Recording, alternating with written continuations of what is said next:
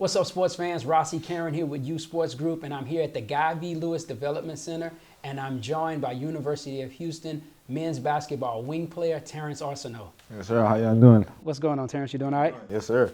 Yes, sir. So, Beaumont, Texas, to Houston, Texas. You were a high school basketball star, and now you're with the University of Houston men's basketball program. Talk to me about that transition. I feel like it was a little difficult coming right into it, just leaving family, even though they're still close, but not being with them every day, not being able to go home and tell them how practice went and different things like that. But I just want to say that Coach Sampson, he made it easy for me. Like, I want to say took me about 3 months to get used to it. Definitely. Every time I got used to something, it was something new, but, you know, he's definitely helping me. Him and Coach Kellen and the other guys on the team, like Jamal and them and Marcus, the older guys, they brought me in as a little brother, you know, and just helped me develop. You know, I feel like I'm getting better every day. But I feel like United, they really prepared me. And like over the summer, even with like my AAU team and stuff like that. But I feel like United really prepared me to be able to come over here and make this transition. It really wasn't too hard. You know, I just had to learn a lot of new things, like the offensive system, the defensive thing, you know. But I want to say the transition, it really wasn't too hard for me. It was just getting used to being away from home every day and different things like that. Not being able to see your family. Right. And you have a tight-knit family. Right. We really close, so just being away from them, that was really the biggest thing, you know.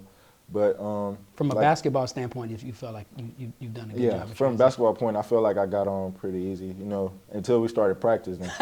Coach flipped it on me, you know. It was a lot of new things that I didn't know and that Coach got on me about. But I feel like I'm learning pretty fast and getting used to it, so that's a good thing. Coach Sampson usually has one guy, and he's hard on everybody. Right. But he usually has one guy, typically a freshman, Yeah. who he rides the whole practice. And really it comes down to, like, can you receive the information and not let it impact you? Right. I definitely was that guy. We're just going to put it out there right now. I was definitely that guy. Coach was real hard on me. I want to say the first day I cried. I shed a couple tears. I wasn't expecting that. I thought the summer went pretty good. I was like, man, I'm getting used to it. I feel like He flipped the switch. He flipped it. I want to say about 40 minutes in, I was hearing about practice the whole summer. Like, man, you better be ready. I want to say about 40 minutes in, I was like, man, practice is going good. Next thing you know, I messed up one thing. He's been on you ever since. Never got off me. He's getting off me a little bit, but he's still on me. He's still on me hard, but I definitely was that guy first. Yeah, and just by your response, I can tell that it's hard, but you're receiving it and you're using it as fuel to continue to get better. Definitely. Tell me one thing that was a big adjustment from high school game to the college game, if you had to point at one thing. I just want, you know, in high school I had to play a lot. Inside. Like, inside. I think the biggest adjustment for me was guarding the wing. It was a lot faster. You know, in high school I used to probably sit in the paint and block like 10 shots a game, something like that. But in high school, you know, you got to really get up because every player is good. You know, they can either shoot it or drive real well. So that was the biggest adjustment for me, I feel. And just handling pressure, like it was way more physical and different things like that. I had to get used to that. Yeah, we talked a little bit about Coach Sampson and how much attention he gives you. Right. What made you choose the University of Houston? I know you had a lot of options, but at the end of the day, you chose the Cougars. Why? Just saying what Coach Sampson did with like Quentin Grimes and them, all the wings before Quentin Grimes, you know, he really made them guys better. I started watching U of H more when Quentin Grimes got here, and then seeing what he did with him was amazing. I grew, and just talking on the phone with him and saying how he could help me, I was like, okay, yeah, this is the school for me. Yeah, you know, Quentin Grimes, right. he got it on him. Yeah, he got on him, but he made him a great player, and you see what he's doing now in the league. He's putting up some numbers, so that's good. Do you see yourself as a guy that can come here, learn, grow, develop, have success in college, and then be in a position like Quentin Grimes? Oh, yeah, definitely. Yes, sir. The things that Coach Sampson taught me so far, I took it in, and I feel like it's making me a way better player. You know, the game has slowed down for me, and I feel like if I continue to go on the path that I'm going on now, like, I feel like that's a path I could go to in the future. Yeah, so first few games, up and down a little bit, right. But you had a breakout game last week against Oregon. All right. Talk to me about that game, and why was that game the game that really brought the best out of you? So Coach been getting on me a couple of days before. I want to say not like TSU, I think, one of them games before. He been getting on me about my practicing. And he just felt like I wasn't going hard. And I sat down with myself, looked myself in the mirror. I was like, man, you know what he want from you. You just got to flip a switch. You just got to put your body out there on the line, and different things like that. And during the game, I just saw my opportunity with Marcus picking up 2 early fouls and different things like that. And Coach looked at me, he was like, we need that spark. What you got? Yeah. So he put me out there. He trusted me, gave me confidence, and I had the confidence. And I just went out there and produced. So. And that's something you feel like you can build on going forward. Oh, yes, sir. Definitely. I felt like, because I've been doing the same things I've been doing in practice, hitting open shots, playing defense, getting in the passing lane. I feel like I do that every day in practice versus a top team, because we're a top team. So I feel like if I could do it versus these guys, I could definitely do it against our opponents and stuff like that. But I definitely feel like I can grow from this. So. How do you see yourself as a player? How would you describe your game? Right now, like I describe myself as like a 3-and-D guy. When coach need me to do something, I just, go do that, lock up on defense and hit my open three. So, and when I have an opportunity to drive, just drive or fast breaks and different things like that. So. And although you were probably underrated nationally, right. There's still some NBA scouts that believe that at some point soon, maybe not this year, maybe next year, right. that you could be a top pick in the NBA draft. Right. Is that something that you think about, or is it something that's just kind of in the back of your mind and you just kind of focus on today?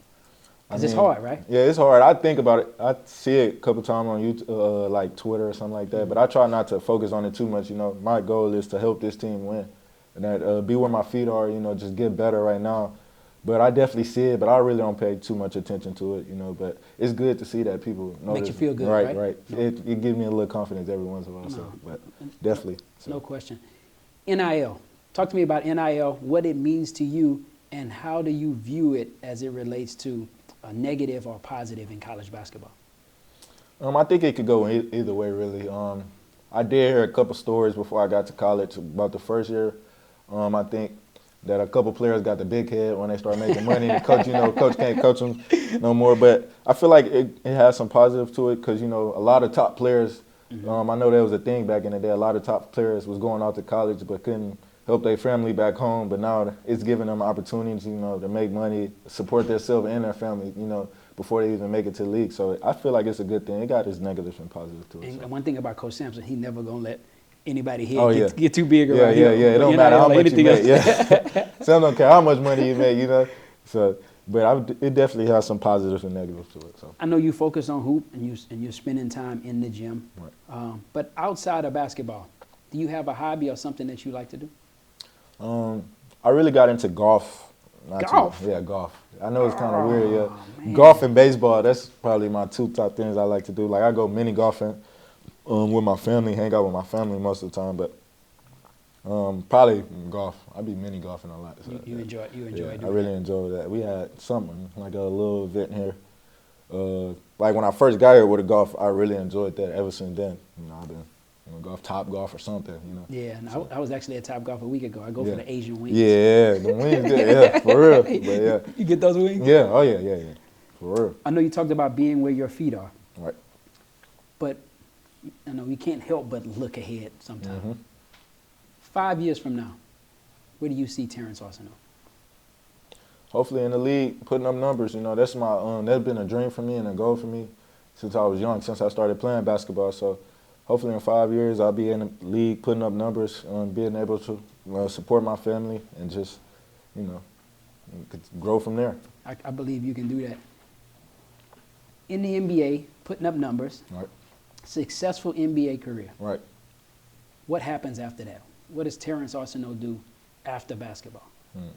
Hopefully I could go opening some business and, give back to community in Beaumont.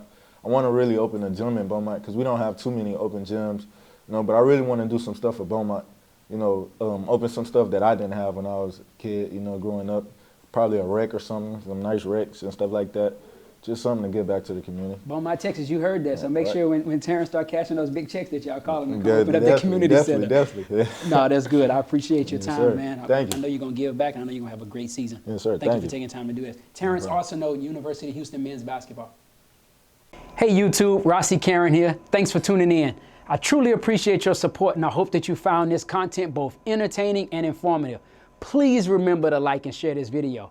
Also, don't forget to subscribe to this channel to stay in the loop with all of our exclusive content, plus behind the scenes footage from the sports and entertainment industry. Thanks again, and I hope to see you guys soon.